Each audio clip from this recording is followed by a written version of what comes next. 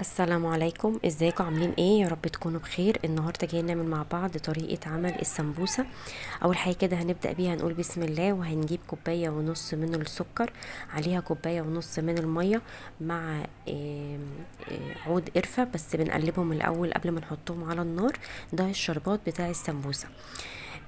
بعد كده بنجيب ربع كيلو من الدقيق، اللي هو بمعدل كوباية من الدقيق، عليها ذرة من الملح، وعليها 5 معالق من السمنة بتكوني مسيحاهم، ومعلقة ممسوحة صغيرة من البيكنج باودر. وبعد كده بتبدأي تبسي السمنة بالدقيق لحد ما بيبقى عامل زي الحبيبات كده، وبعد كده بتنزلي عليه بكوباية مية دافية. بتكوني انتي مدفية كوباية مية، بس ما بتحطيش الكوباية كلها، انتي بتحطي على قد ما دي بياخد معاكي كمية المية.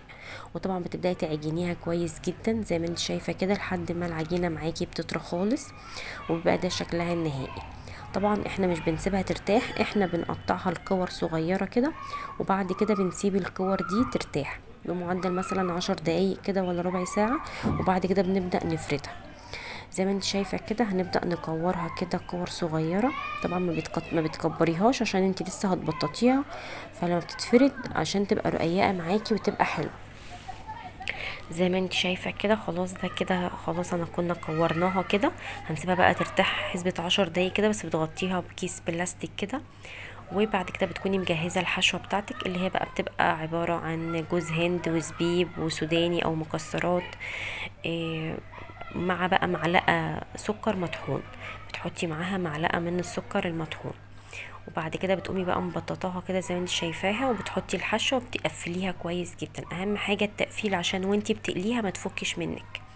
دي اهم حاجة، بتضغطي عليها كده وبتبدأي تقفليها كده زي ما انت شايفة. بتقفليها واحدة واحدة كده. صلوا على النبي يا جماعة عليه افضل الصلاة والسلام. واللي مشتركش في القناة يا ريت يشترك فيها ويفعل الجرس عشان يوصلكوا كل جديد احنا بنقدمه ان شاء الله. ويا رب ان شاء الله كل الفيديوهات اللي احنا بنقدمها تكون بتعجبكم وتكونوا بتستفادوا كمان.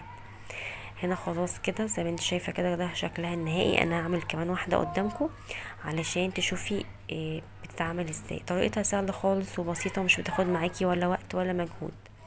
بتفرديها كده زي ما انت شايفاها، وبعد كده بتحطي الحشوة فيها وبتقفليها كويس جدا بايديكي كده، بتضغطي عليها كويس جدا، وبترجعي تبططيها برضو كمان تاني عشان تتأكدي ان هي مش هتفتح معاكي وهي في الزيت بتتقلى. زي ما انت شايفة كده اهو. بنبدأ بقى نضغط عليها كويس جدا بصابعنا كده لحد ما نتأكد ان هي خلاص كده متقفلة كويس جدا. جربي الوصفة دي هتعجبك جدا، حلوة قوي قوي، والله بجد حلوة جدا. وبصي يعني هتبقى مش هتجيبي سمبوسة من بره تاني خالص، هتعمليها انتي في البيت. طريقتها سهلة ومش مكلفة خالص.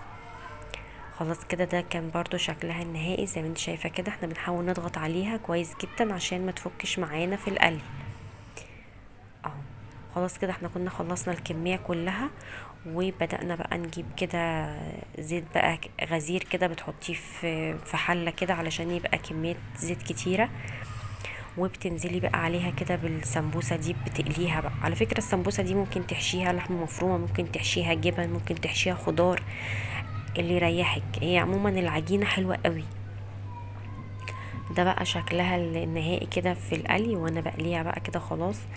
هنا بقى انا كنت خلاص كده سقيتها الشربات وطلعتها. بصي شكلها حلو جدا، وكان طعمها عايزه اقولك تحفه تحفه تحفه، حلوه جدا. جربي الوصفه دي هتعجبك.